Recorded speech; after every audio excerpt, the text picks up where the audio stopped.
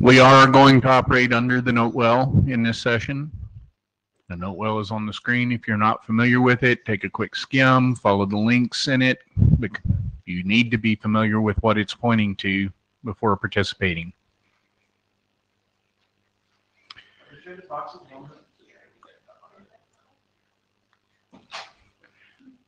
I'm trying to come up with something funny to do with that, and I can't. I apologize. I'll consider that a fail. I'll remember it for next time. All right, here's our agenda. It's actually quite tight. We've got a lot to talk about today. Do we have anyone that wants changes to the agenda? Is there anything we need to move around? Is there anything we missed that we need to talk about? All right, Chris, if you could be working your way up, we'll go ahead and jump in with a discussion on the shaken passports. Hang on a second.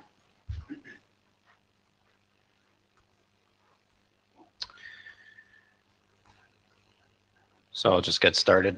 This is a draft I submitted mostly for the purpose of reserving passport extension name and claim names related to the ATIS shaken work.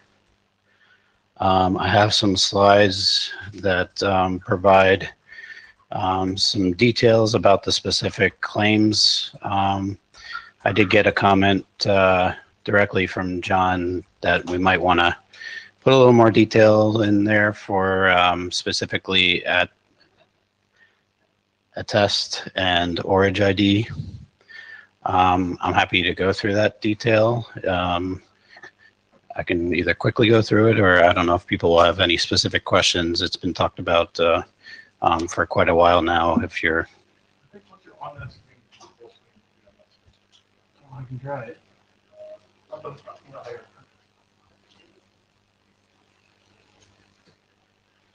but basically, there's two claims at attest, which represents how fully the signer can attest to the identity that's being represented in the identity header.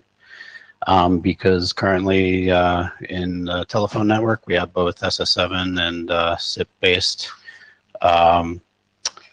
origination, as well as intentional, whether it's illegitimate or legitimate spoofing of telephone numbers. So these three categories basically represent the combination of all those criteria into what the originator can attest to. The hope is, of course, that we'll cover all the use cases long term, and everything can be fully attested to, and everybody can trust the identity that's been signed fully. But this is sort of a transitionary approach to make sure we cover all of the calls.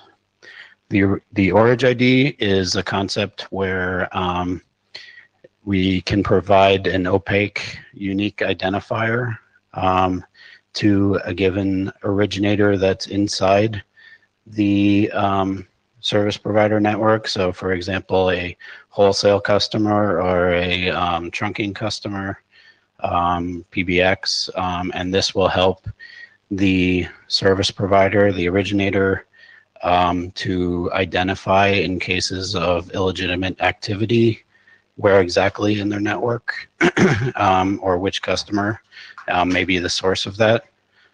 So it's a lot to do with traceback and other activities. Could also be potentially used as a spam association tool as well. If you see a lot of illegitimate spam calls coming from a particular ORIG ID, analytics can kick in and help using that ORIG ID as well. And then other than that, there's the passport extension name shaken that's requested as well. Any questions beyond that? I have an example in the on the next page as well.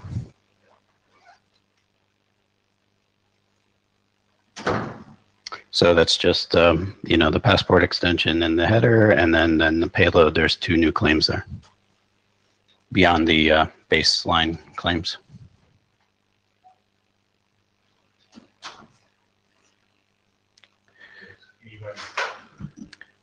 Does anybody have any feedback for Chris? People have read this draft. If you've read this draft, okay, not as many people as I would like. Please give it a read during the week if you can. It's short. Send in a note about whether or not you think there's any issue with proceeding with it. Okay, thank you. Martin.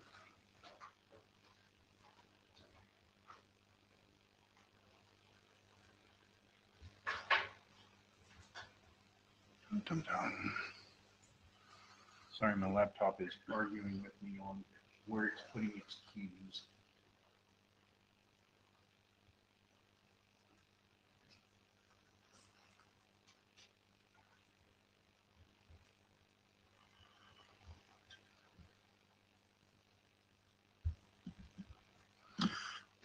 Okay, so I'm Martin Daly from AT&T. This draft is done in conjunction with Vencor Labs in support of the Office of Emergency Communications under Department of Homeland Security in the U.S.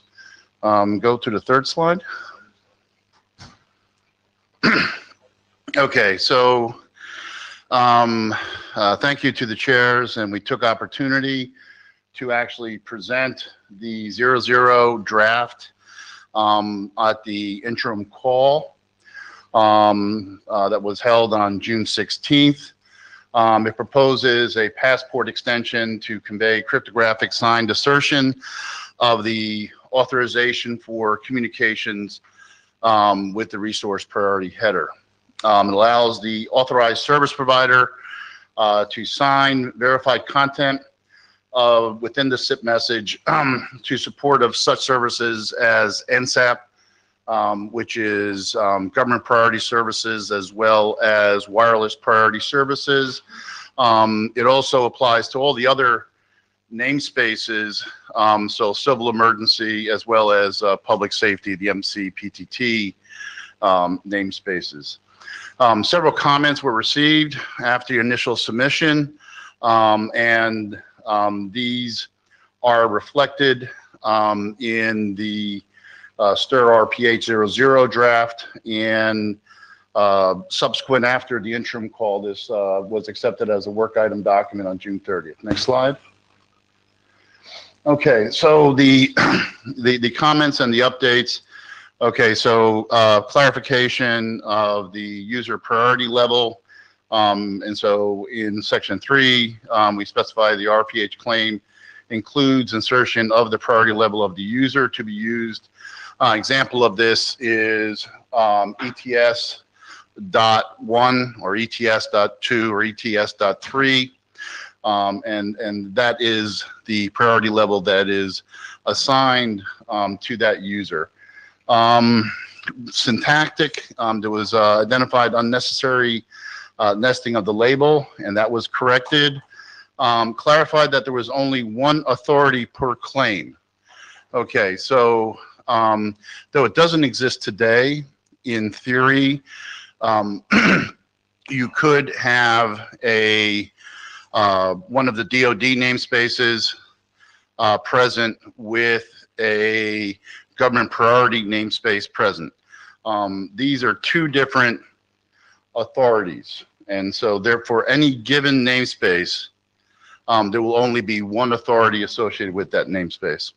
Clarify the authority of the credentials, and this was done in section 3. The authority must use its credentials associated with the specific service supported by the SIP namespace in the claim. That claim then goes back to the authority, so on and so forth.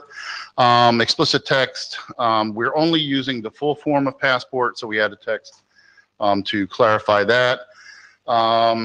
Just make reference to 4474 bis, so text was taken out and the section was simplified.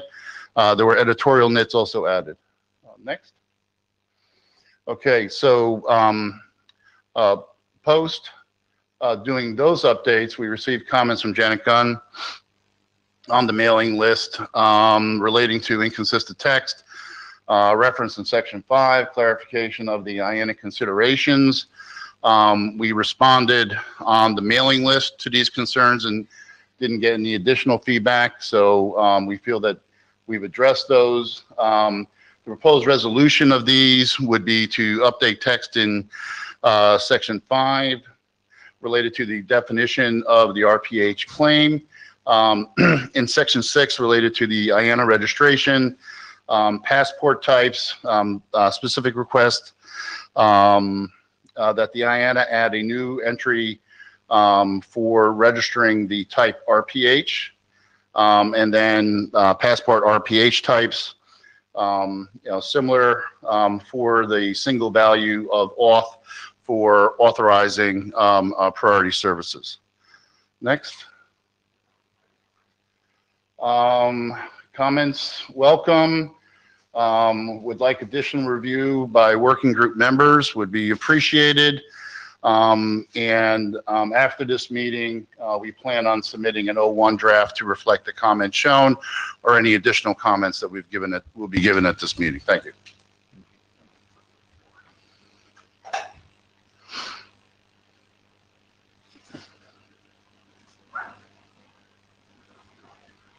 So Robert Sparks, thanks for addressing the comment that I had made about multiple authorities. I'm still a little confused, I think, and it's probably just confusion on my part. But if you could sketch for me quickly, you have a call that comes in, there is a signature, a passport object that's going to be created that makes the base attestations to the person that placed this call has authority to use this number. Is that same passport going to be extended with the RPH? So there's one signature that's making both the attestation, so it is a second passport object. Okay.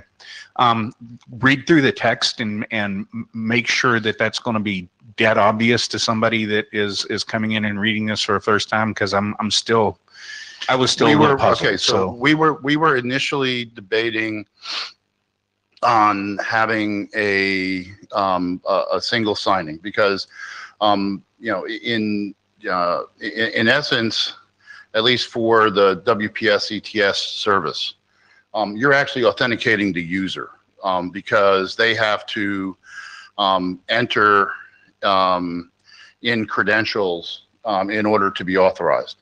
So our thoughts in the beginning, because that was a higher level of authorization, that it would take precedence over the fact that they could use that telephone number, because it's a service designed where the service can be used from any telephone anywhere, right? So the fact the phone that you're using, the number you're making the call from is almost irrelevant.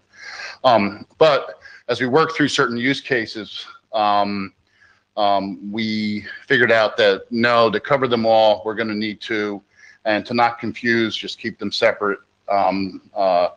Separate signing. Separate passport with a separate signature.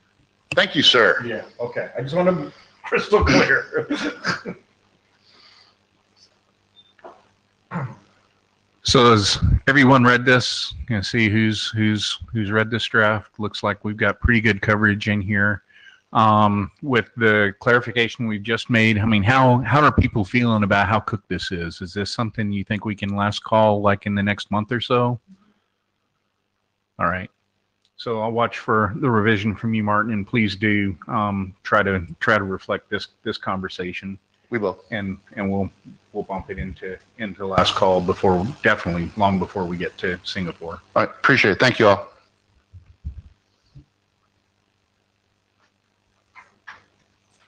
Okay. Yes, the next thing we've got up is diversion and rich call data. So I think we've got a combined deck for these.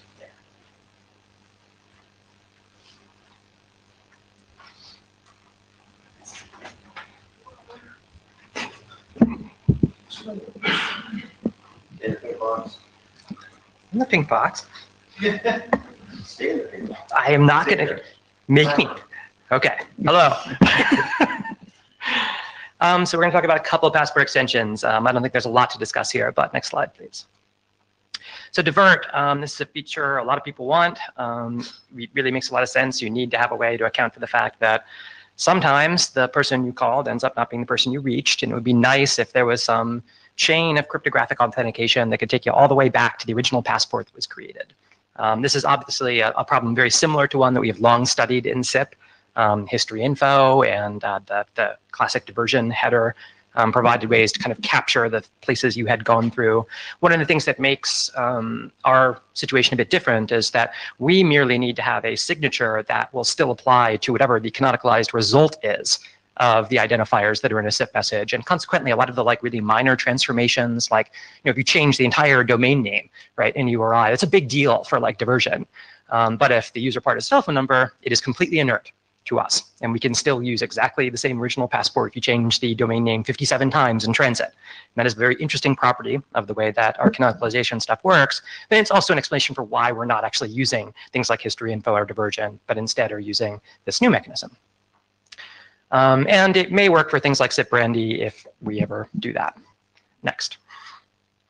So obviously the basic idea behind this is that when a SIP call, say, containing a passport, arrives at an entity that's going to do a retargeting, that diverting entity has its own authentication service that will then create this new passport. And this entity, interestingly enough, when it creates this new passport, doesn't sign for the originating number because it, of course, doesn't probably own the originating number. It might, but that would not be a safe assumption to make. Instead, it ends up signing over the destination because presumably it has authority over the original destination. That's why the call landed there in the first place. Next slide. So you can kind of get a sense of what this would look like from this. For an original passport that has kind of the first target, you then end up with this new passport that you see at the bottom, which in the div claim down there has the original target stuck into that. And you have instead this new destination you were targeting to in the destination. And you could, of course, then reach a new place where you got retargeted again, in which case you would build yet another one of these. But ultimately, these would all glom into separate identity headers in SIP. And as a relying party, as a verification service, you'll be able to evaluate each one of those and walk this all the way back the chain. That lets you be sure that it was supposed to get to you in the first place. And remember, I mean, this is important to our use case, among other things, because we use the dest to prevent a certain class of cut and paste attack, right? What we don't want you to be able to do is to, if I send a SIP invite to Ecker, and the destination is Ecker, and an attacker cut and pastes that identity and sends it to Joe. Joe should be able to look at this and say, wait a minute, this thing was to Ecker, not me. And so therefore, I know this person trying to impersonate John, probably. That is the idea. Now, of course, the problem is retargeting makes that very complicated. And what we're trying to capture here is a way that you could, if you were determined to, go back and look through these passports and make the necessary cryptographic chain. Next slide. I mean, this is not rocket science, I think, this one.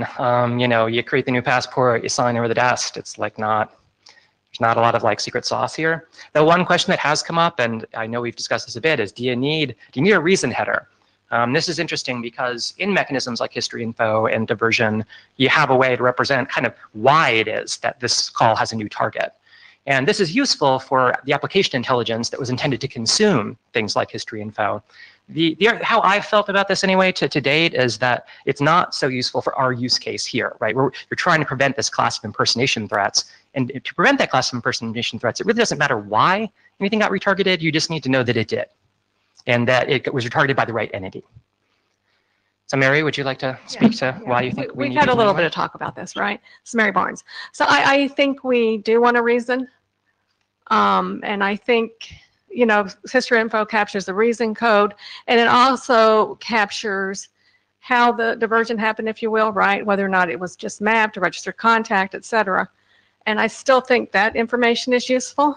Well, let me put it this way. Okay. Is it useful to have in the SIP headers, but do we need to sign it and have that as a security property? I understand. Yeah, right. And that I'm still debating that. I think it adds value to the end application in terms of what application is going to get cooked up. I submitted a draft and started working through some of the use cases, and I think there's going to be maybe some of the contact center situations and stuff where that might be helpful.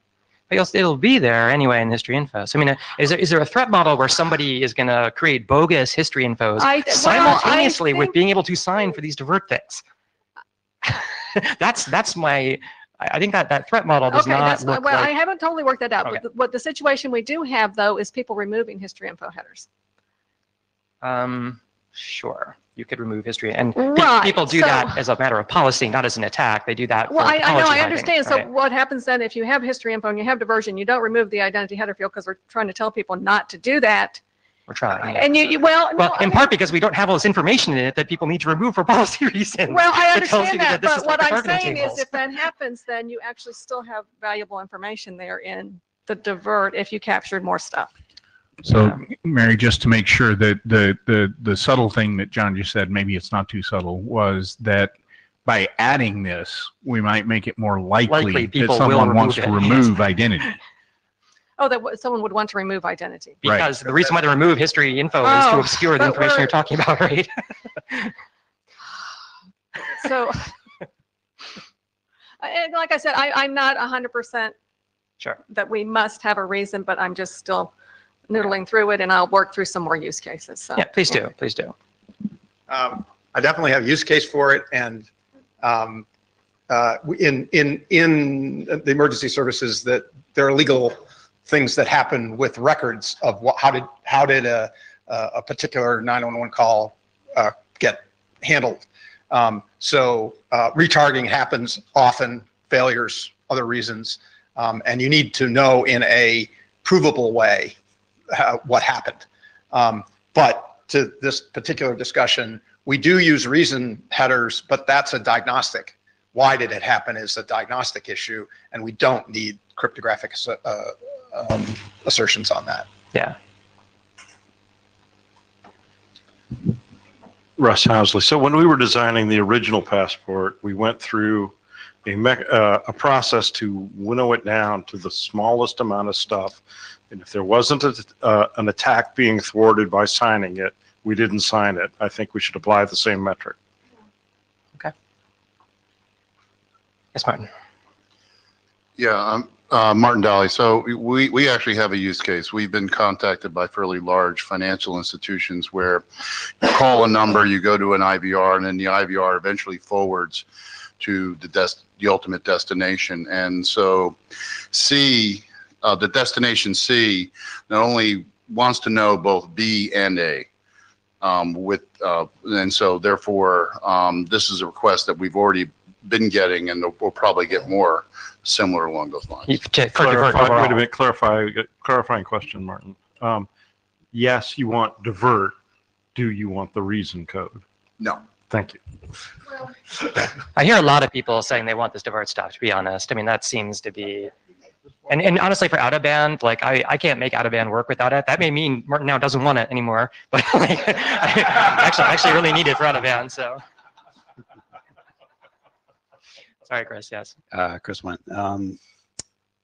Yeah, so to be clear on that subject, you have identity headers that are A to B, B to C, C to D, and if you're missing B to C, you know, there's obviously somebody that, right? So we're good. We're good from that perspective. Another note, Cable Labs and Comcast sort of got together and went through a lot of these use cases and thought of other potential ways of doing it, and we sort of landed back to what John has proposed. So we're pretty confident on this one, and just wanted to make that note. All right, I think that's what we got on this. I don't know if do I have like a next step slide? I forgot. No, your next one is Okay. on our. So I don't know. What do people want to do here? So it seems to me that this is baked with the possible exception of the question around including reason. Mary, do you think you can finish the analysis that you're wanting to do, soon? Within the next several weeks. Not Well, next week. that's reasonable. I mean, it's not that this. Mid-September. Yeah. I'll sign up for that. Okay.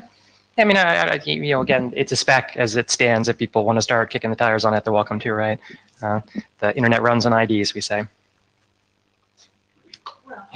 We try not to, yes. So one thing you might get out of it is I'm working through call flows. So actually call flows coming out of this group would actually be an almost helpful thing, right? Yeah, I think call flows coming out of this group would No, be a I think helpful it would be thing. extremely helpful. So I'm going to say we'll have a byproduct. Yeah, I mean, I would love to see some call flows documents here. If Rich Shockey were here, I could put the examples meme of him back up. Examples. Sorry, Yeah, I could volunteer to contribute call flows as well. thanks. Jonathan. Jonathan, it's not volunteering for anything, but asking a question. I guess the extensibility model is such that not doing reason now doesn't stop you from doing reason later, right? Very true. Yep. I mean, we could create a sub element, right, of div and like do it that way that has extensibility, and then we put it in that, or it could just be a separate thing in the passport, right? So, okay. Let's talk a little bit about RCD. That is I promised in the interim call we had in June that I would rename this from CNAM because it really wasn't helping anyone, including me. So I'm not calling it RCD. I think rich call data. Rich call data. Pretty tasty. Yes. That's what I was wondering. And right now it defines exactly one thing, which is NAM as a possible sub-element to it. And that provides a key value pair with the traditional SIP display name to do the kind of caller ID peering approach to this. But the idea of this is that RCD is something that's supposed to be richer than simply caller ID. We want to be able to put anything in it that we think should be rendered to a user that helps them to make a decision about whether or not to pick up a phone. That's what we mean by rich call data in this instance. And that scope is a little different from the ways that I know a few other organizations that are studying this have tried to cut this up, and that difference is intentional. I want kind of what appears in the passport here to be the stuff that either an application acting on behalf of a user will consume and do something useful with, or that will be rendered to the user directly. We've gone through a couple categories where we think this might be, having things about organizations, like is this a government calling you, is it a bank calling you? Henning is fond of doing things like this with caller info and so on. Even some course location data, social networking data, anything like that that just gives you a sense, oh, this person calling you, there are 3 people in your, first degree network that this person is friends with. So at least there's some possibility that you might want to pick up the phone. Next slide. The basic idea of this as well is that this operates in 2 modes, kind of a first-party attestation and a third-party attestation. Without PPT, this is just something you can like throw in, right? Throw in the RCD element. You don't need any capability negotiation. If the entity that receives it doesn't understand it, they won't consume it. No big deal. But then there's a second mode in which it can be used with PPT. In this case, it signifies it is a third party providing this attestation. And indeed, that a different entity is eligible to sign this passport than necessarily someone holding a credential that applies to the originating number. And this models the way that some of these kinds of services today. There are kind of 2 ways you can do this today. Either you're getting first-party data from the originating carrier, or you're getting third-party data from a service. Yes, and full disclosure, my company operates such a service in North America. Next slide. This is what it looks like without a PPT. You can just have down there the RCD with the name, Alice Atlanta, same as the display name you'd see in SIP. It's exactly taken out of the from header field. Of course, we also make noises about how you could take that out of P asserted identity or anywhere else you happen to be storing that kind of stuff in a message. Next slide. And this is what it looks like with PPT. Now we have in the X5U a different entity that's doing the signature, but otherwise pretty much you're looking at the same claims here. It's just they're coming from a different entity. So in this case, you have reached out to a third-party service and said, hey, I got a call from this number. What can you tell me about it? What you get back is this passport signed by that third-party entity. That's the idea. Next slide. Right. One of the issues of this, oh, hi, Chris. Just to be clear, a first-party entity could do the same thing, right? No reason. Well, I mean, so what do you mean? Just to give it more credibility. Could give what? Well, give so some I'm credibility? not clear on the passport. I mean, there's multiple things going through my head in terms of like the certificate specifying that that has to be there and all Why that don't you other flip stuff. back to the previous one? Yeah. So in this one, obviously, this is a regular passport. So we assume that the entity that signed this is the entity responsible for the number down in a ridge. That or they have an OCN in which that number lives. Yeah. And by virtue of that, we think that this is a valid signature over all this information, including that num there. So so it is that entity who signs for it on the basis of their authority over that number that you trust that the name is what it is. Next slide. So then in the third party case, what's different about this is it's assert from someone who does not have authority over But that to be ridge. clear, that would be another identity header, assuming that It would you're be a also different signing identity a header. call. Yes. Yeah, yeah. Okay. It would be a different identity header. That is the idea. Yes. So with this, I just want to verify that with PPT, is there any case that it can go again another third party? Is it possible? You mean Because- that there could be multiple third party headers? Sure. Because, Yeah. but More the merrier. This does not prohibit to add more, right? It does not. I mean, what is going to happen though at the end of the day is this, right? And I'll get to this in a minute, but a verification service is going to consume the set of identity headers that are associated with the call and extract the set of passports from it. It'll look at the signatures on those, and it could be that it trusts this entity, right, who signed this third-party passport, or it could be you don't, that entity doesn't trust them. And really, that's what it comes down to. And this models, though, the way that these kind of third-party services work today. Like when a carrier dips us for CNAM data today, we have like a business relationship with them, and they trust it for that reason, right? And so their verification service, if we move to this kind of a model, would trust it because of that business relationship. Right. Yeah, Martin Dolly. I mean, the only thing cautionary that people ought to look at is when you have multiple identity headers associated with different authorities, the impact on post-dial delay scenarios. No, there's something to that. Next slide. Another dimension of this, is that I've been at least kicking the tires on. If we have these first and third parties, you kind of want to know why, right? People think what they think about who these callers are. And, it occurred to me that we see this already in Shaken, like in those attestation fields in Shaken. There are cases where if you're a carrier, right, the person you're signing for is your direct customer.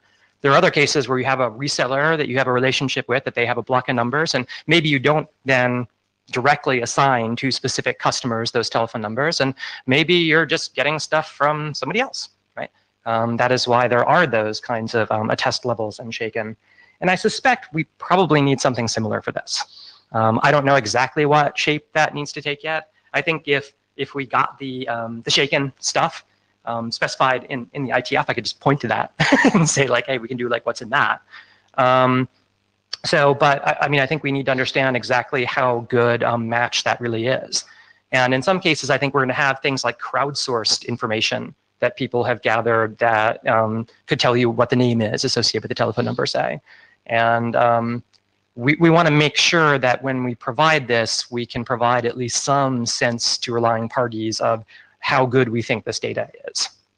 And definitely we want our CDB flexible enough to be able to express that. Next slide. Yeah, so once we start getting to things like carrying location information around in these objects, I start to get a little nervous about the privacy implications of that as this passes through the telephone network. Necessarily, I think we're going to start having to develop a confidentiality story for Passport if the information in it is going to start to get more sensitive. And I'm going to say a little bit more about confidentiality in the out-of-band deck, but I'm starting to envision what a story for that might look like. We also, of course, would need to spec what the interface is for third-party passport acquisition. I suspect it would probably end up being out-of-band, roughly. We can talk about that. But we're going to have a whole kind of HTTP protocol that you're going to use to talk to the CPS and out-of-band to say, hey, are there passports for this? If so, give me one. Consequently, that seems like a good match for what we probably need for this. And, it'd be nice if we had some way to guarantee that people would actually let information like RCD propagate down to the users that need it to consume it. Having chosen that scope very intentionally, there are certainly use cases in which that will and will not work. And I think we might want to look a little bit at what we can do to at least identify those environments and create proper expectations for how this information will make its way through the STIR system. So next slide, is there a slide for this? Okay. Geez, I really didn't do any like next step slides for this. Next steps, there's more to be done here. There just is, right? This is still relatively, hey, I think we need this. Hey, here's what some elements might be we might want to plug into this. I think we can try to identify like the minimum subset of things and then where we might want to extend. But, you know, I think this is probably going to have a few more revs before I'm going to be that interested in talking about where we should go from here. Paul Hoffman, in looking through the draft, I had two things just reminding me of old crap from PKIX came to mind. One is you seem to be assuming when you're going to display this to the user in some way that it's text. So the canonical example for PKIX was the logo type, you know, the picture of cat. Mm-hmm. So you need to think about that. I'm not saying I hope I didn't have a restriction there for text. There are things I'm even you thinking. No, you didn't have a restriction on text, Yeah. but you didn't say it's going to be text. I or think I if have it's not. logo in there somewhere. I'm sorry? I think the logo is in there somewhere. I think. Okay, I was looking for the word picture or anything like that. The other is for the ones that might return a URL. Yes. Is this a URL that you want them to resolve right then or later or whatever? I think that's going to be Probably want them to resolve right then. This is like if you wanted to get a V card and I want to Right. provide a link to a V, or there's as compared to my website, which you don't necessarily want to resolve right. So anyway, yes. that will need Very to be good. dealt Okay. there. Yeah. And I would say if you had two categories of things that might return a URL, ones that are informative and ones that are resolved now, that would be good. Okay. No, that's good feedback. Helen Malafi Erickson. Just questions for clarification, John. Could you help me through your thought process as to what we were gaining from getting the attestation levels for the name, the additional information, as opposed to just following to LOA, the attestation for the number, which will get us everything? I mean, even in one place you said if it's not available for the name, that you're going to rely on the attestation for the number. And, you know, for the longest time, I'll cite the US regulatory bodies. We've been required to follow every detail that is related to that number, to the number. Like, for example, privacy. Privacy of name has to follow number. We don't have a separate privacy label for name. And this extends to any additional or metadata that you intend to present. So what was the philosophy behind getting a separate, because I'm worried about the processing and the cooking of all of these attestation levels before we display. Yeah, well, again, I kind of envision that a verification service relying party for this, right, is going to be presented potentially with a set of identity headers. And I mean, I certainly don't, and if the document says this, then it's saying it prematurely. I certainly am not presuming to dictate what the policy is for which one of these you accept and why, right? I think that's going to depend on all kinds of things about who your trust relationships are with.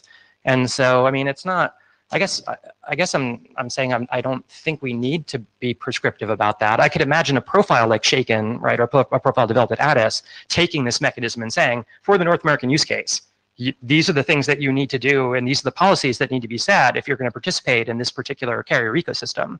But that isn't something we would do here. We'd just leave this open. Okay, so it's open, but from a practical point of view, you do recognize, I mean, if you're aware of what's going on right now in the display framework back in the US, there are a lot of parameters and variables that are coming in to be analyzed before you make a decision as to whether to display a warning or not to the consumer. Sure. So if you add to the list, the branches just extend more, and I'm just wondering if we're complicating the picture. So I mean, is your suggestion that we should provide less information here, or what do you? I'm wondering where the idea of not following just the attestation of the number was not sufficient. So like 3/4 of the cases of caller ID in the US today are provided by a third party. That's the answer. I mean, okay. Third party. Yeah. It is not provided by the origination carrier. It's not provided by the termination carrier. It's provided by a third party. So the third party has to be able to supply the information. That's where caller ID comes from in 3/4 of the cases today. It does not come from the origination carrier. It doesn't actually come from the termination carrier. It comes from a contractual agreement between the termination carrier and the third party, but the third party is the one that's supplying the data. That's the reality. You're talking about a name, not a number. The name. The name. So the name is in a database. Well, If you want to. no. We're trying to do a cryptographic assertion that the name is correct for this number. Right. That assertion is coming from a third party.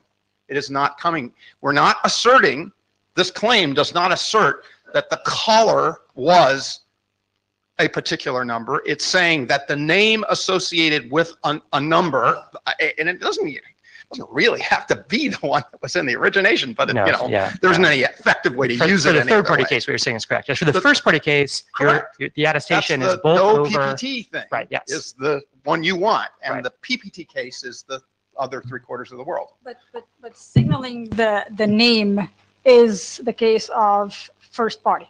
Yes. So why are we talking about a separate attestation for that name when I've already verified the associated number that was just traveling in the same message?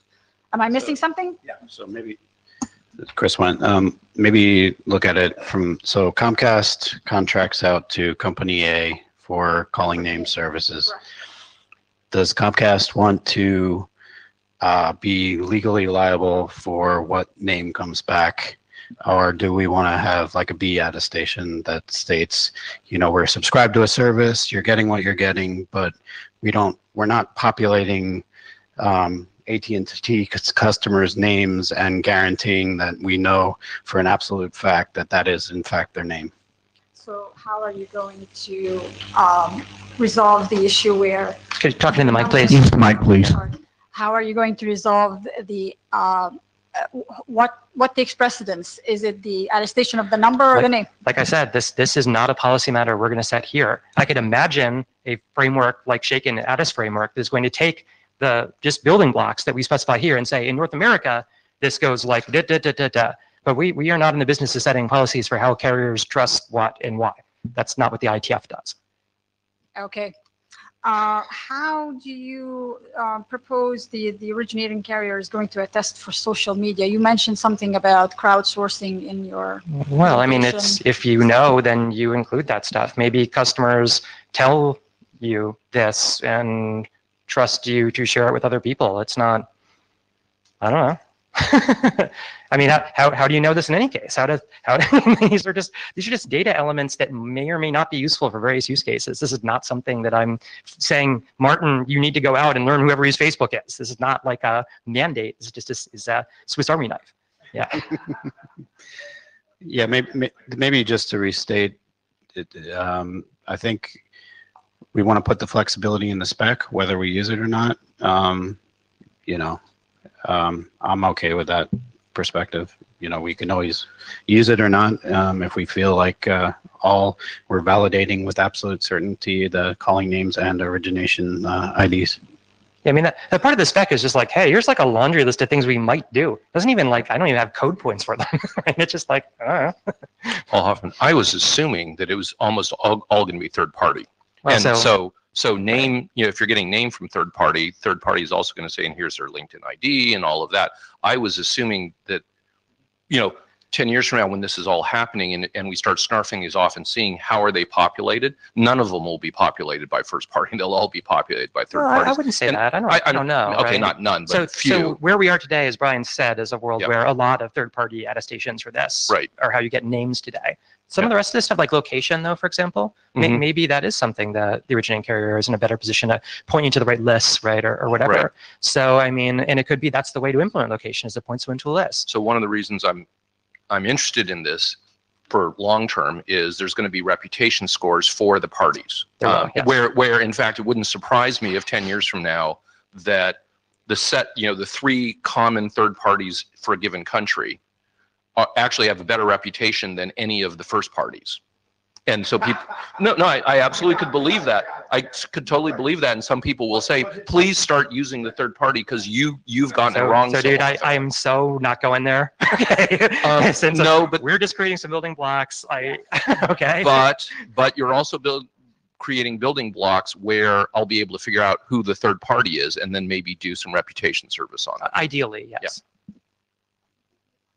Chris, I think there's absolutely use cases for first-party attestation.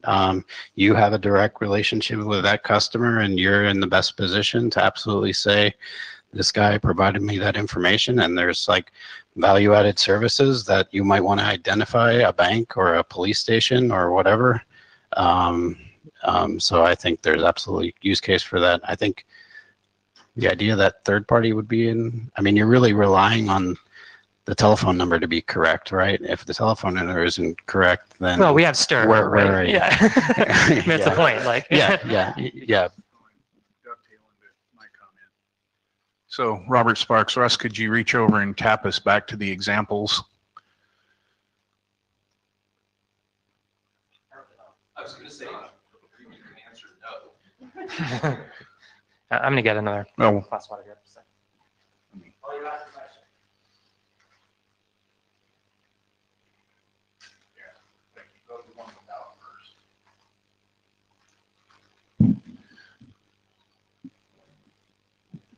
All right, John. So it's similar to the feedback I was giving Martin. I was trying to think of whether or not the text was perfectly clear yet on some of the semantics. One particular semantic I want you to think about, reread the text again. You anticipate this being used when there is a single authority. You'll end up with a single signature, one identity header, and that identity header means both that we've verified that the person that's placing this call has the authority to use a rig and that the binding from that rig number to that name is valid. Correct. And if you flip to the second one, now Russ, the one with okay, got it. Sorry. This is a second signature. There's a first signature that talks about the person making the call has been determined to be has the authority to use the call. The second signature speaks only to the association of that number with that name. True. The thing I want to, the case that I think would be worth reading through the spec and probably adding text is consider the attack that they removed the first identity header. This is the only one you get. I can easily see some implementer making the mistake that, hey, well, there's this thing here that's got this rig in it that looks like a base passport thing to me, so that means that that name, that number has been determined to be, authoritatively connected to that caller. And I think we need to get the words in to make sure that no implementer will make that mistake. You're right. Right. I'm going to make a case for maybe that we ought to change a little bit about this in the following sense. The third party is not asserting that the origination is that number. It is not asserting that that destination is that number. So maybe it should be claiming something else. So I thought about that. I thought about not doing this with Passport at all. It's doing this with a separate job. You could. I'm not clear yet on the trade-off. I think there's some value in, because you are making that about a particular orig, and even it may matter what the dest is for certain, these connected identity-ish cases that may be coming down the pike. And so, which we're not going to talk about today, but Chris and I have talked about a bit already. So I think having those there might still be helpful, but I am definitely terrified of what Robert just said. And so we need to fix that. Chris, I think you know what you know, and you don't know what you don't know. So I think it's good to tie it personally. And I was just thinking that diversion also might play in here in some convoluted way, but maybe there's good use cases to come out of diversion as well. Yeah, Jonathan Lennox, I mean, I'm not so deep on the specific details of the syntax here, but it seems like some way of claiming not, syntactically, I say this is the origin, but, I say, this name corresponds to this origin, something syntactically different that says, the input to my process was this org. So the way that passport is defined, those things are mandatory, right? So what we could do something like this. We could say instead of we could make a new like sub element of orig that means actually this is something different, right? And the origination is not the telephone number. The origination is a passport containing a telephone number. Yeah, something like that. Yeah. And like, if we did that, and maybe, I don't know. There's a lot of options like that. I definitely welcome feedback on this on the list, though. This is something that we got to figure out. Like I said, I'm not presenting this as something I think is particularly baked at this point, but it's getting a little closer. I would like to encourage him to go forward. We've talked about this. We've pushed it off. We said we weren't going to deal with this for a long time. The basic stir mechanism is going. It's now the time to do this. Absolutely. I think this is going in the right direction. We're bringing, as we look at you've got an actual example here, and we can look at it and say, okay, is that what we really want to see? Well, a lot of it is yes. I think this first party, third party thing is exactly what we want to have. I think the discussion that the questions you raised early about being able to do reputations on third parties and other things, very important to get in the text. And this discussion that we just have is also important to get in the text, however we end up with syntax. Sure. Thank you. All right. Any other comments on RCD for right now? So we had a agenda bash in the middle of the meeting. Ecker got called away to go fight a flame war in another room. He should be back in a few minutes. So our proposal is to reorder. He wants to be here for out of band. Our proposal is to reorder. Let's talk just a little bit about freshness and give him an opportunity to get back before we get into the out of band deck. If that's okay with everybody, I'm going to take a second to grab the slides. I don't have them preloaded on my laptop, so just a second. Come on up, Sean.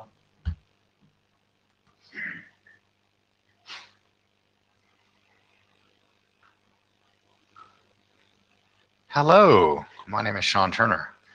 You may have seen me earlier today. Yes, we did. Yeah.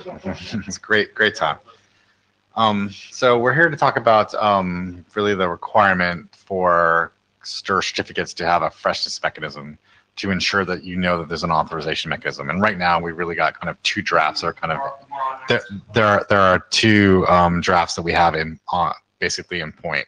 So one is STIR certificates OCSP, and really what that was the stuff that got peeled out of the STIR certificates draft and split into its own draft. And this other idea, this STIR certificates short-lived, which came out of an ISG basic discuss.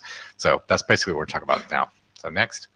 So yeah, we got two real paths. Like regardless of what we do, we need to understand some, a freshness mechanism to understand whether or not the certificate that's used by the signer is the thing that is authorized to sign the call. So we need to know whether, or whether or not it's been delegated. We've got a bunch of mechanisms that are out there, and the draft, the OCSP draft, actually explores a bunch of them. Two of them that are out there right now are CRLs and SCVP.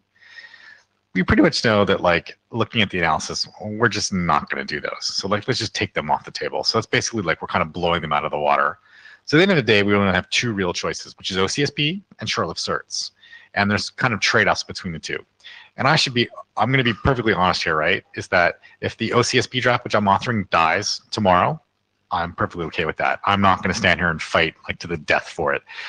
We need to make sure we come up with a good mechanism, and that's I'm okay so with that. A little bit of clarification. I think the working group already acknowledged that draft is dead. It is marked dead in the data tracker. Yeah. So so the fact that it's dead doesn't really hurt my feelings. I've written a lot of RFCs, don't care. So we've been exploring both paths a bit, and basically we're mostly here to talk about short-lived certs, because that really seems to be the way going forward. It's kind of like, how would we do those? So next. So short-lived certs, right? Really the idea is essentially that you've got people that are making the calls, and they've talked to an intermediary who the interaction between the endpoint and the intermediary are unsigned, and the intermediary can get a cert that's short-lived, and they can sign the thing and off they send it, and it can be either between the two intermediaries or between the PBX and the intermediary. And so the idea is that if they get the person who's doing the signing, which is the intermediary or the PBX, can actually get a cert, they can have it for a year, 2 hours, 4 hours, whatever. Sign the message, include the cert, and then the validators at the end, which are the PBX endpoints or the user endpoints, can actually do the validation. It's really simple. Next, sorry.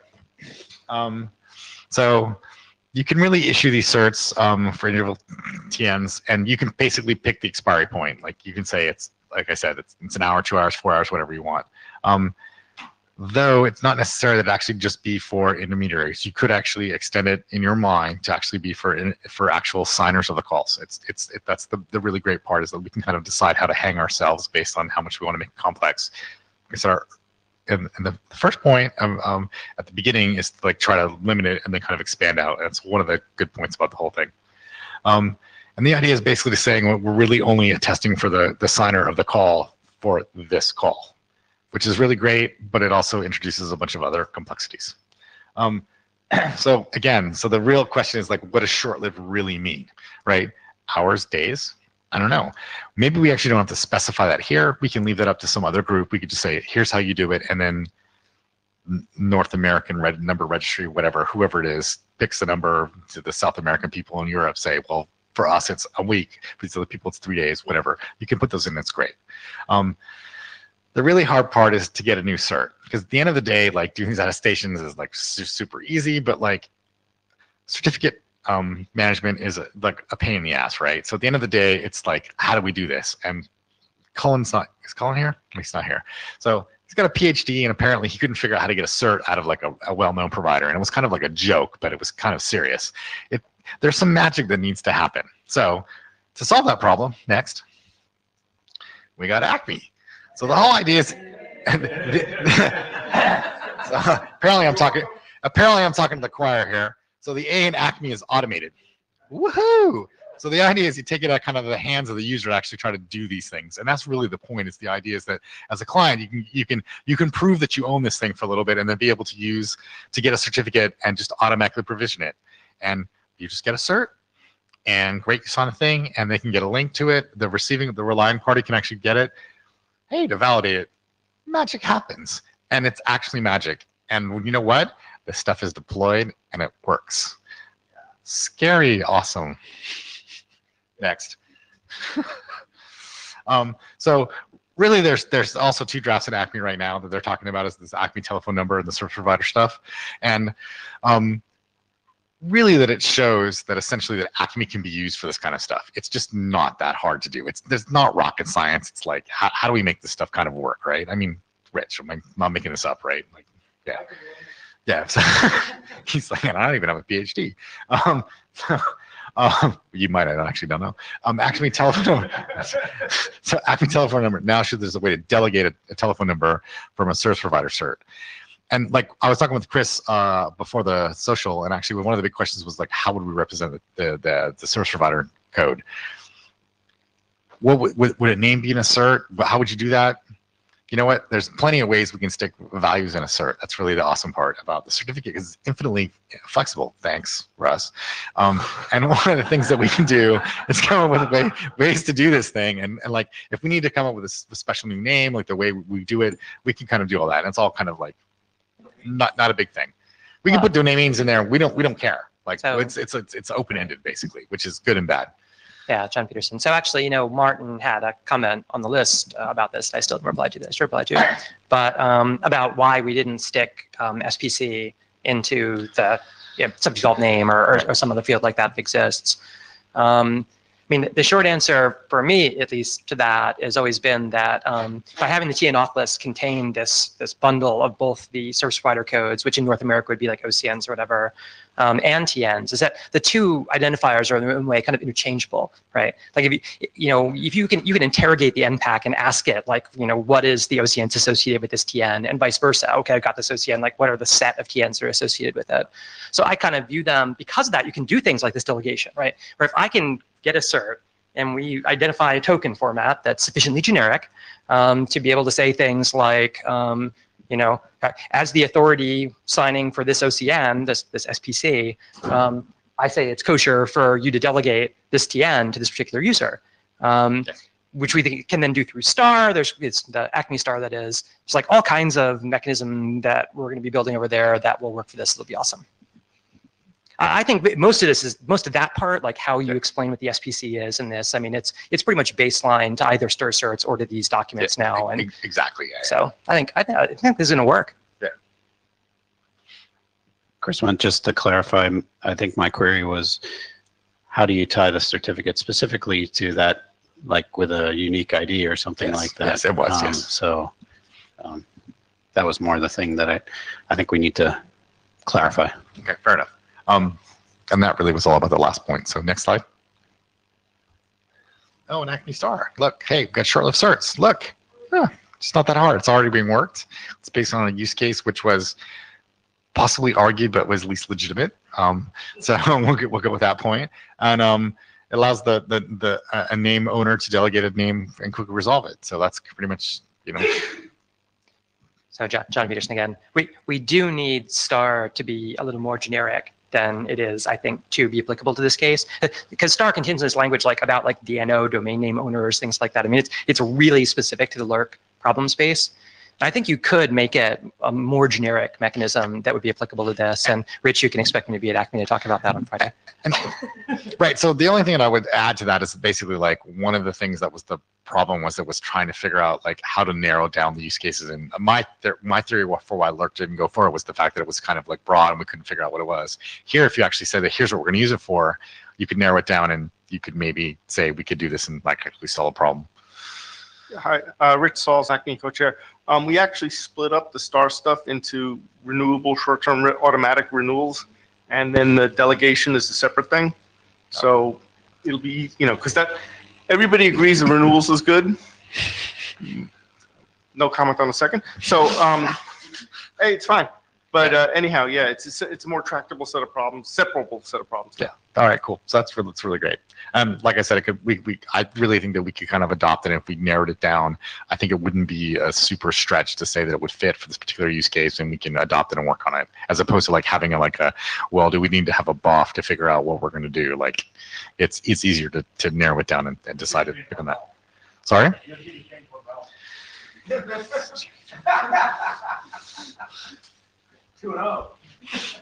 Thanks. Next. So what to do? As we get better alignment with Acme on star, we might something we consider adopting here. And I seriously think this is, so based on the ISG comments from Ecker, was kind of like, hey, great, you're like OCSP has its issues, mostly privacy based.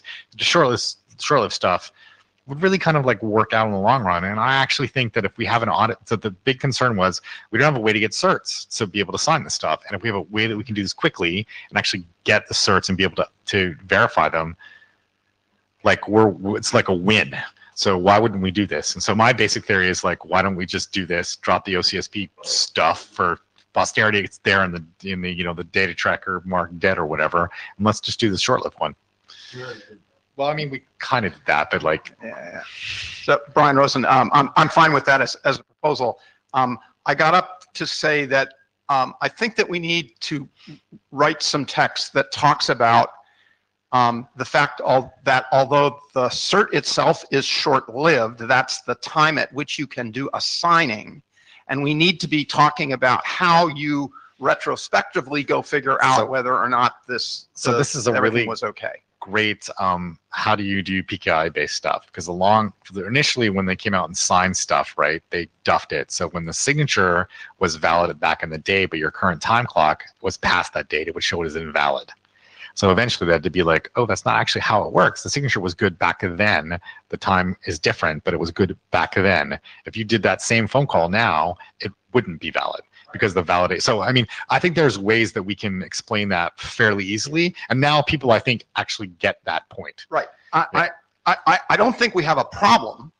And I don't think we need any more mechanism. I think we need words in the document that explain this. So I think that would be like security consideration number one. By the way, a signed phone call is good for a validity period of this based on that. you can keep using the cert if you'd like, but the call won't be good anymore, and the call is still also good in the past tense. And I assume Paul's going to talk about it. Right. Yes. Yes. Absolutely. So you can narrow it down to that. Yes.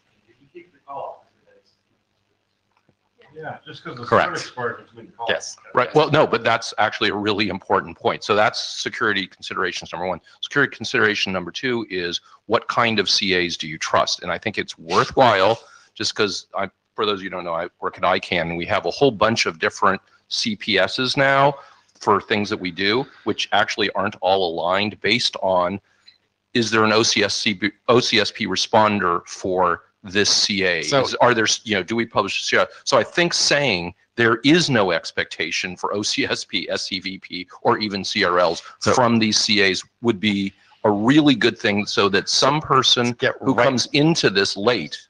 Yes. To Okay. get in the great. super, I just thought Sean was about to argue with me. No, to get in the super weeds of this, I would like put that in the CP, and the CPS would then say what we do or not, and you would actually put a certificate. But I you would could say do that in kind of this stuff. document, in Yeah. the security considerations, is to say CPs for the CAs who might do these short-lived certs are not expected to do, and list the things that an outside person who is used to CPs from the web trust world would expect.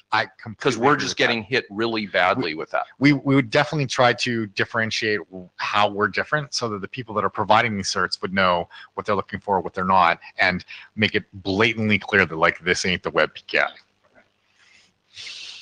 Chris, I just want to clarify the last comment about tying certs to calls. That there isn't any explicit tie, right? If I have a 2-week cert, I can originate multiple calls with that. Oh, absolutely, yeah. So, okay. but you could actually do it per phone call if you really wanted to. Right, you But I don't know could, why yeah. you would, but like you could. But then you're shooting yourself in the foot. Right, you could get more certs, and Yeah, so the times would overlap, and yeah. it Cra- doesn't- craziness ensues, Right. right? Yeah.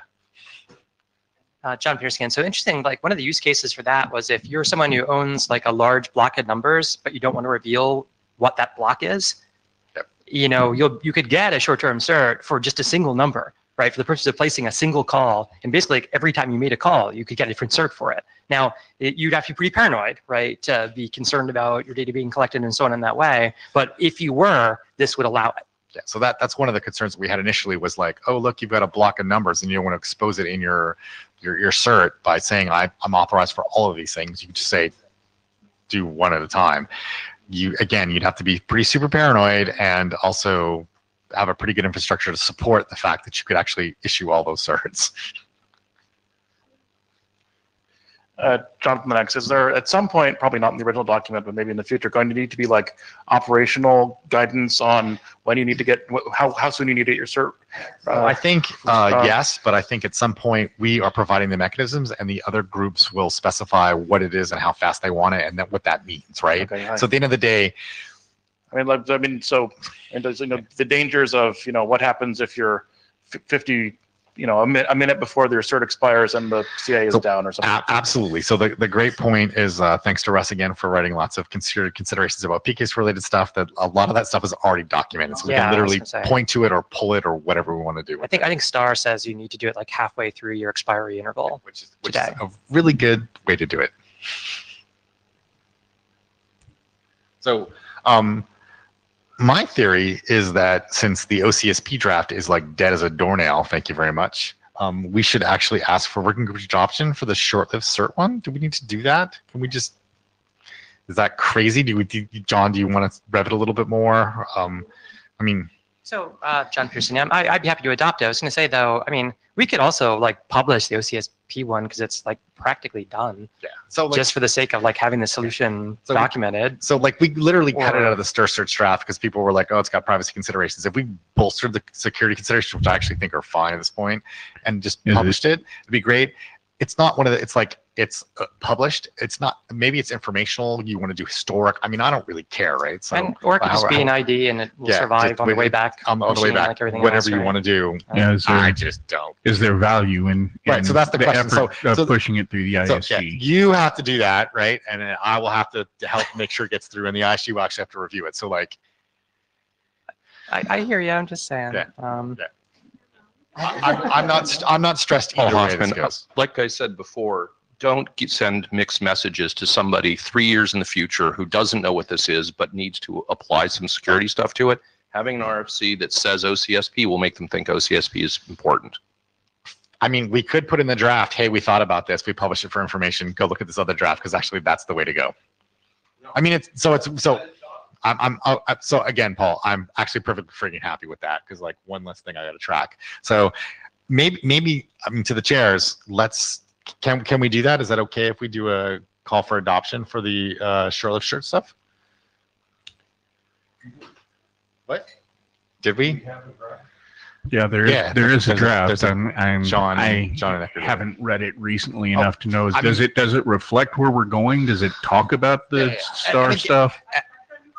Yeah, yep. I mean, it's like Ecker and John. Like, they pump this stuff out like regularly. Right? But who has read it? Who has read the short-lived draft?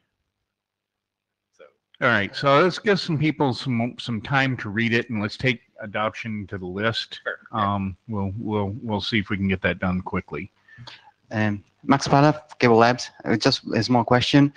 The adoption of the short-lived certificates will prevent people from using longer-lived certificates and using OCSP, or is that an option that we say never going to be supported? Don't do it. So that's the reason why we might publish the OCSP as an informational, if someone wants to do that, or I think the message here is here's how we should do it, and we can say in the here's how we should do it that we talked about the other thing, but not write down the details of the other thing that we don't really want people to do. Brian Rosenwright, I don't want two mechanisms and then having the interoperability problems that two mechanisms provide. So I'd rather let it die. Our concern with OCSP long-term is the sheer scale of it. So that's why we prefer the short-term certs. Yeah, I mean, so again, like this comes down to like we could do this. Is it going to get done? I'm hearing that there needs to be more words on the list, just so that we leave a good fossil record about this conversation. So let's make sure it gets poked. So it helps you make sure that it's done. Subir, Sean, I think you mentioned that what exactly the value of the short means here, right? It's a day or week or hours. That will be defined somewhere else. Right. Is it correct? That's my theory, is that we provide a mechanism to indicate it, and we might give some kind of like, we're not talking about years, we're talking less than that. And then some other group can say, some other group, i.e. regulators, can say, for North America, Europe, Japan, pick this, or industry group can actually get up and say, like, look, we're going to do it for like a week or 2 days or whatever, and like leave it available. So other plus means not in IETF. I think that's correct. Okay. Because like we're not the operators of this stuff, right? We're just providing the mechanism. Yes, let somebody else. Yes, pick exactly. What that and is. the short means could be interpreted differently, right, in the different region, so, right? Exactly. So if you make it too long, here's a problem. If you make it too short, here's the other problem. And like, hey, pick something smart. Chrisman, I think there's too many use cases and some best practice to operational best practice that we need to learn before we lock it down to anything. So I mean, even if we were going to do it here, absolutely, I completely agree. All right, we should go ahead and start in on out of band. Everybody good with that?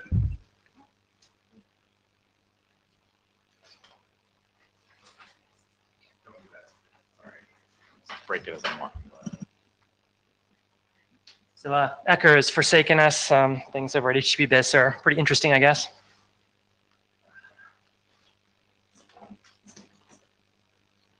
So I'll do this myself. Next. Just a brief reminder of why we're here. So somebody told me, this figure's been going around, that in North America, at least like 50% or over 50% of all landline calls are now going to be SIP calls or something like this year is the projection, which is pretty cool. If you told me that in 1999, that it would only take us 18 years to get to that point, all right, I might not have broken out the party hats, but here's the problem. Not everything is yet end-to-end SIP. And we need to have a story, if we're serious about putting a dent in robocalling, about how this is going to work just for POTS calls. Because there's a lot of calls that are just like cell phone to cell phone calls today. And that is what has motivated what we call here out of band, which is basically taking out of band of SIP, how we get passport objects from an originating authentication service to a terminating verification service that'll let you know that the call's legit. Next slide. This is all based on this metaphor of something we call a CPS. We've just been talking about CPs and CPSs, different kind of CPS here. This is a call placement service. And the idea is that you'll have endpoints that are in some way smart. We kind of assume what it means to be smart for this purpose is that you have an internet connection and a PSTN connection, typically. You will store at the CPS a passport. You'll make a passport just like you would ordinarily for a SIP call. You stick it up at the CPS, and then a POTS call happens. When the POTS call reaches its destination, whoever lands on that side, and by smartphone, we could mean a gateway, we could mean an enterprise, we could mean an iPhone, we could mean all kinds of things. It goes out and retrieves the passport. Martin, already you have an issue, please. No, I just have a, Martin Dolly, I just have a simple question, John. Yes. Okay, so how does the originating UE know the capabilities of the terminating UE before they even initiate a call to know even to do a store passport? They don't. Okay. No, this is a leap of faith.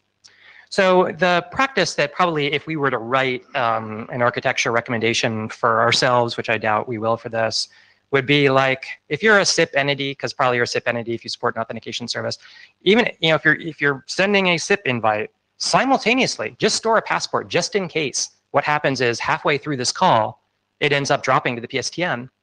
And it could end up terminating somewhere where someone, if they supported this, might be able to get it. What we want to try to do is to make it possible for this to work in as many environments and architectures as we can. So there is a leap of faith to that. Next slide. All right, so there's two big questions about this. The first is, how do you find a CPS? I mean, if we assume there's like one CPS in the universe, well, that'd be handy. I would love to operate one for you. Somehow I don't think that's how this is going to work out, though. Probably there's going to be all kinds of different CPSs being run by different people, and there's going to have to be a service discovery component of that. There are a couple of like weaselly words about this right now in the specification, but I don't know is the short answer. It really depends a lot on exactly how federated it gets and how you do it. We have a few initial ideas in the draft, but I don't even want to talk about that today. We've got a whole bunch of problems to solve before we even get to that problem. So let's talk about what I think is the second important problem of this, which is how do we make sure that the right parties are storing and retrieving these things from the CPS? Because otherwise, this is just one massive per pass target. Like we're just creating this like, please tap this, or if I am the one entity in the universe that gets to operate it, I could monetize this data so successfully and it would just be so awesome to have all this data pass through it. So how do we minimize that? What's the best story we can come up with to make this work? That's what I'd like to work on a bit today. Next slide. This question of who gets to store passports is interesting for, among other things, this use case. I mean, you could imagine like designing a CPS in such a way that you required the originating user agent to kind of authenticate itself. You've got a certificate anyway, right? You're signing a passport. So presumably the authentication service could just authenticate itself to the CPS and say, by virtue of that, please store this passport. But then you got this use case, and Brian is a fan of this one, I know, where shouldn't a gateway that's sitting right on the edge of the PSTN be able to be the entity that provisions this up to the CPS? Next slide. The short answer is because passports are already signed themselves, it almost doesn't matter who does the storing, right? I mean, relying parties trust these things because of the signature that's in them. So, I mean, in some sense, that whole authentication pass may not even really be necessary, provided that you have a way to prevent this from becoming a DDoS mechanism, provided you have a way to prevent just anyone from flooding the CPS with all kinds of like bogus passports, broken passports or whatever for various numbers, so that someone retrieving them would never be able to do it. Provided you can lick that, then I think you can get this to work. Now, what Ecker was going to talk about here today was one of his fancy ideas for how we could do that. There are things you can do where by minimizing your interaction with the kind of the CPS, the instances in which you have to authenticate yourself, where you could get like tokens in advance and then kind of spend those tokens as you upload passports to it in a way that won't actually be tieable to the credential that you used to authenticate yourself to the CPS. This would be fancy, and we get scared when we have to do fancy things. Something fancy like that probably would be necessary to lick that DDoS thing provided that we don't want to have you just authenticate to the CPS. If we have you just authenticate directly to the CPS, what we lose are two things. One, the privacy component. The CPS knows who you are, knows your IP address is tied to that telephone number, pretty much. The second thing we lose is the gateway case, right? Because the gateway won't possess the certificate that allows you to upload passports for that given number. And so weighing this, I think we're going to come up with something along those lines to do it. I'm not going to try to do justice to this myself. Ecker can do that a little later, but next slide. So that's the upload side. So kind of to summarize, the good news of upload is, you know, the authentication isn't as much of a problem as you'd think because the passport itself, right, has a signature in it. And it's not going to be accepted as valid by anyone unless that signature is valid, and it doesn't matter who, you know, delivers it to you. You could find it, as I'm fond of saying, written on a piece of paper in a bus stop, right? Provided the signature validates, then that is a valid passport. And so, you know, you don't have to worry that much about authentication, again, provided you can then lick this DDoS problem. So now the retrieval side. And this is what we have in the draft today. The draft spends a lot of time discussing this. There are three semantics we consider for kind of what the question is you ask when you receive a call. So put yourself in the verification services shoes here. A POTS call has just come in. You're seeing a calling party number in it. You know your telephone number. And let's just say, for the sake of argument, you know how to find a CPS, that there's only one in the world. We'll assume that for the sake of this argument. What do you ask the CPS? And a lot of this question comes down to what information do we want to try to keep from the CPS and what information do we want to try to reveal to it? And so we have three potential semantics we discussed in the draft today. They have three very different security implications. If we kind of assume that you're going to have to authenticate yourself to the CPS in order to be eligible to receive these calls from it, something like B probably makes a lot of sense because you're already going to have to reveal that information to the CPS anyway. If you're saying, I want to receive calls from my number, and to prove that I should receive calls from my number, I'm going to give you my certificate that shows I own this number. Or maybe the service provider certificate that shows I own an OCN that contains that number. Yes, Mark. Okay, Martin Dolly. So, I haven't read this draft, but thinking of a use case just based on your figure, the originating UE nor the originating network will know at the time where they would potentially do signing of whether you're going to hit a PSTN gateway and go through the scenario that you're talking about. And so potentially you could have a situation whereby, you know, you're going to get, you know, the passport coming from the CPS and receiving it in SIP signaling, assuming there was no PSTN in the middle. Well, but the point is the verification service kind of has to go out of its way to go ask the CPS. So if it gets the call and it's got a passport can use in the SIP signaling, it's not going to go bother to ask the CPS, right? Okay, I just want to make sure that's what you're assuming then.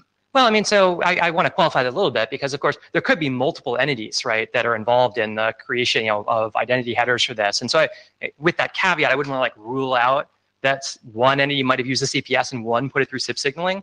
But the basic idea is, yeah, if you received a passport through SIP signaling, it would at best be redundant, right, to go look in the CPS if you can use what's already there and it's good enough for you to decide whether or not to alert the user or what to render the user enough information for it to be useful for them to decide to pick up the phone. That's Chris.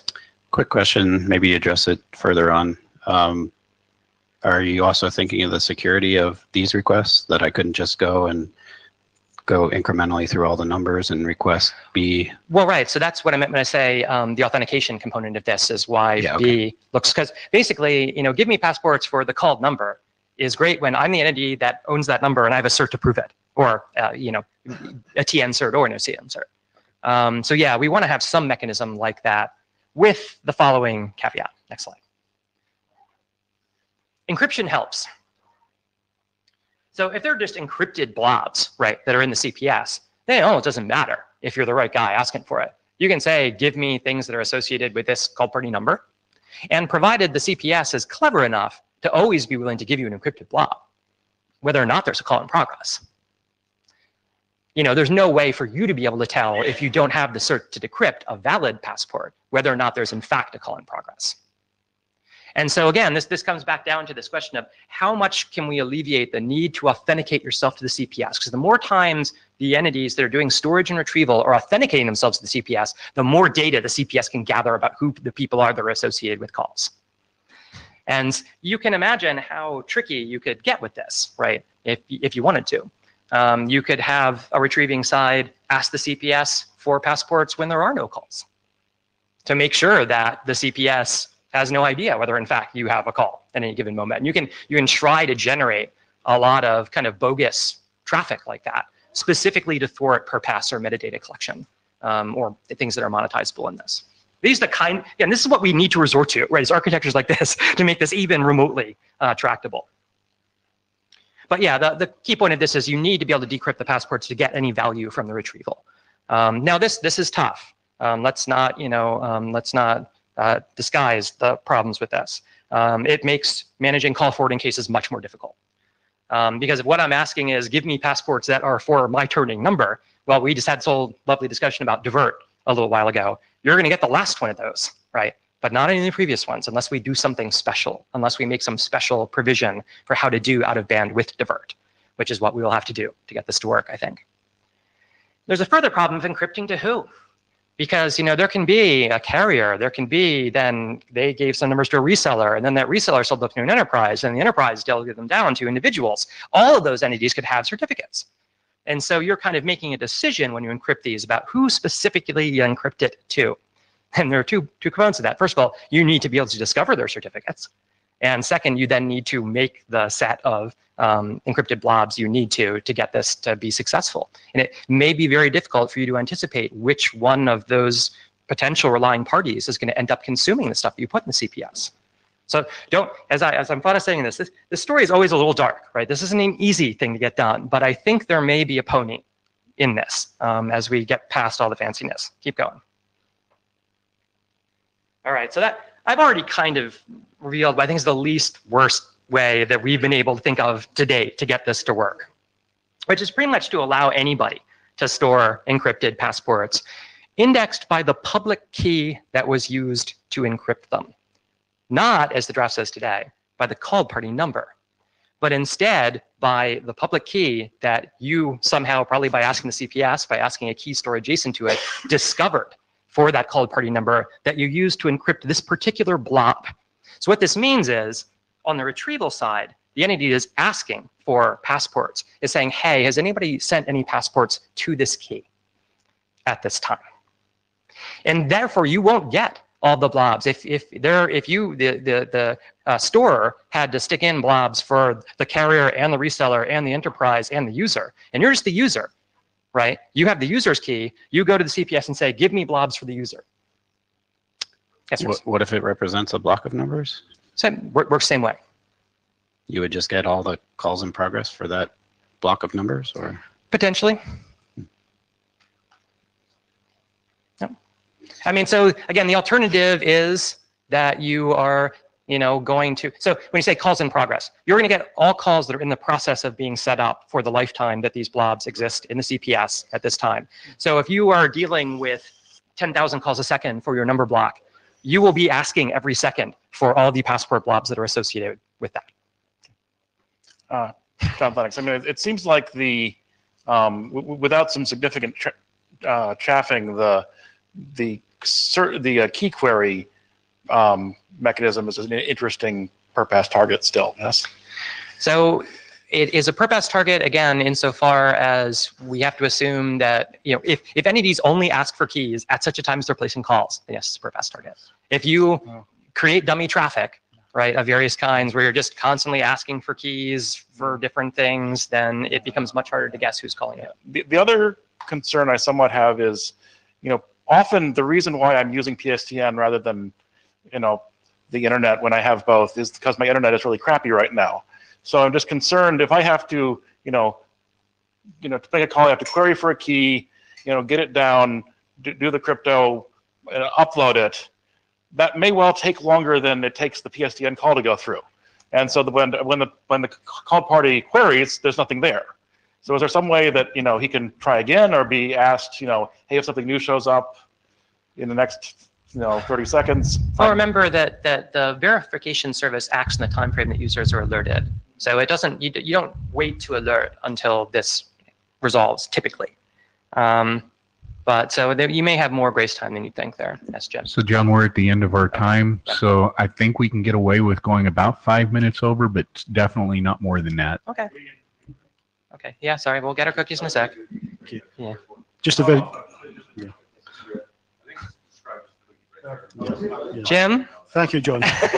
Just a very quick question. Have you given any thought yet to where those public keys would be stored and how people would find them? Are we talking about maybe throwing them in the DNS and assuming something like enum? I think there's going to be a service. It may be adjacent to the CPS in some way. I think that we might be able to do some things with CPS integration of this actually that are not insane. But as to Jonathan's point, this becomes yet another purpose target, and it's its own whole thing in this. So next slide. Sorry. We also need to figure out how to work this through divert, as I said. And of course, the service discovery component of this is still pretty much a to-do at this point. And that's going to be a lot of fun, let me tell you. So next slide. One final thing to say about this, because I already brought this up in the RCD discussion. This is the other gateway case. This gateway case really don't work so much with cases where on side B you need to authenticate yourself right to the CPS. But of course, if you got an encrypted blob from CPS, you could always just stick that into the SIP traffic and send it along, provided we had something like a SIP identity encrypted header, which we don't have today. Now, of course, that we could do that with a PPT. There are like a bunch of different ways we could syntactically represent it. But because of those RCD-ish cases, I'm beginning to suspect we're going to need a just standard way in SIP to carry an encrypted passport. And this might be a use case for that. Next slide. So we got more to do. A lot of the slide where I was presenting today is stuff that is not in the draft now. I think we're getting a little closer, and Ecker and I and Cullen and I have been talking about this a lot this week. Definitely, we've got to figure out a ton of stuff about it. But so I'm not asking for anything other than for you guys to send comments and ideas and objections. It is really useful to talk to people about this, and we're going to keep iterating. What did I forget? Oh yeah, sorry. Yeah. Yeah, it's a good point. It's all H2. All right, thanks. I think that's it, unless anybody has anything else. All right, we're done. Thanks, everybody. Okay, I hand waved your fancy storage stuff.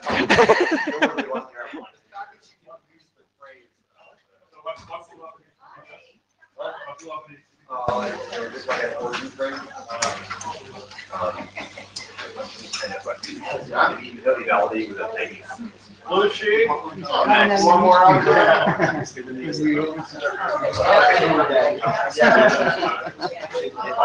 Hey, you know, when it's like very enhancing, like,